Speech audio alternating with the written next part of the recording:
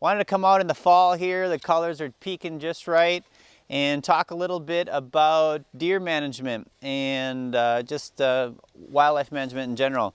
So we're in the woods here, old oak forest with hickory overstory, and I've lived here for about 5 or 6 years now. When I first inherited this property, it was solid buckthorn. All these hills, all these valleys, as far as you could see, it was solid buckthorn. And one thing that we all know is in the fall, the buckthorn keeps its leaves green after all the other plants and the natives drop their leaves. Buckthorn has one of the ones that keep their leaves, and that's one reason that I believe that they have a good competitive advantage when they're fighting against our native species. So when I first got this property, it was solid buckthorn. My only chance to see a deer was to cut lanes in the buckthorn, you know, north, south, east, or west, and just hope that a deer walked through there at the time that I was looking. And a lot of times you'd be listening in the woods and you hear crashing around you, but you just really couldn't see anything, and it just didn't make for a pleasant time.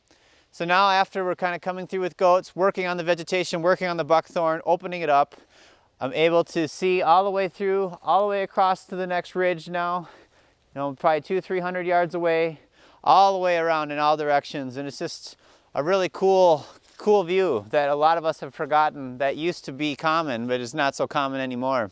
When I watch deer walk through, they come through and you'd think, oh, look at all this green and this buckthorn and these leaves. The problem is they're not really eating it, and they really love the lower forbs, the grasses, this type of plant that's finally starting to come back.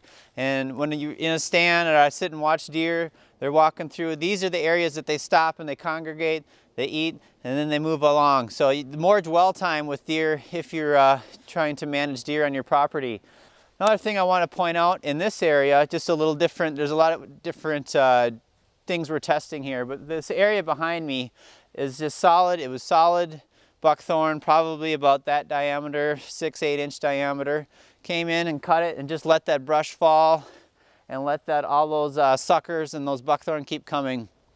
For a lot of game managers or park managers, they get worried about having brush laying down, as it may look unsightly or whatever. I don't know if it's how they're brought up, but I really love to see the brush lay there. For a couple of reasons. One is that it creates wildlife habitat, and also when you have these natives coming back that are trying to get up and going, having the brush on top of it kind of keeps some of the deer off of it for a little while, so we start building up and getting a good seed cycle and getting some good coverage. The second reason I love it is that the brush dries out. If you do want to stack it, which I'm not against eventually stacking it, I'm just saying once you cut it, don't always stack it right away because it's much more heavier, it has all that water weight.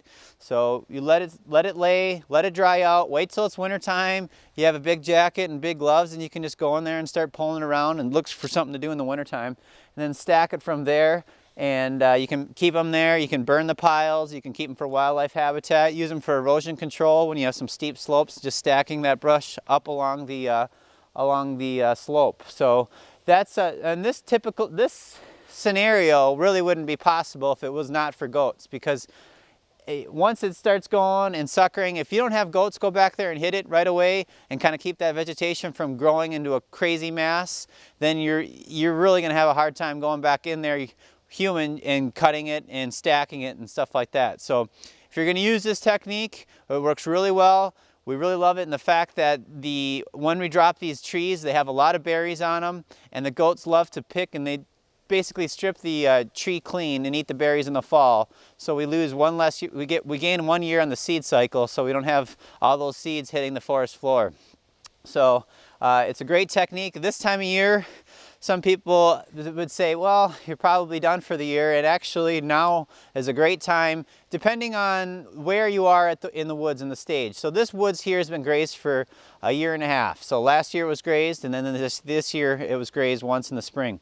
So we're able to let the natives lose their leaves. So now the only thing that's sticking up there nice bright green is the buckthorn, and the goats can come through faster. We can do probably, I would say, double to triple the area because this buckthorn is already weakened. It's not really leafed out like it was when we first went through the first year. And the natives are dormant, and they're okay, and they're just hanging out till next year. And it's a great time to cover a lot of land and do a lot of damage to buckthorn. This area is below the deer stand, and this used to be solid buckthorn. Again, one of those lanes where I couldn't even see through. Came in here, and now with the light, look at all this beautiful native vegetation that's coming back. There's blue lobelia. It's kind of hard. It's gone dormant. I mean, we don't have the nice colors this time of year, but you can still see how green some of the grasses, the sedges, and the other forbs. And this is really what I'm after, the ferns, that kind of stuff. Getting this back on the forest floor because it's desperately needed in so many of our woods, especially mesic wet forests. So the pollinators love it, and it's just a great sight to see.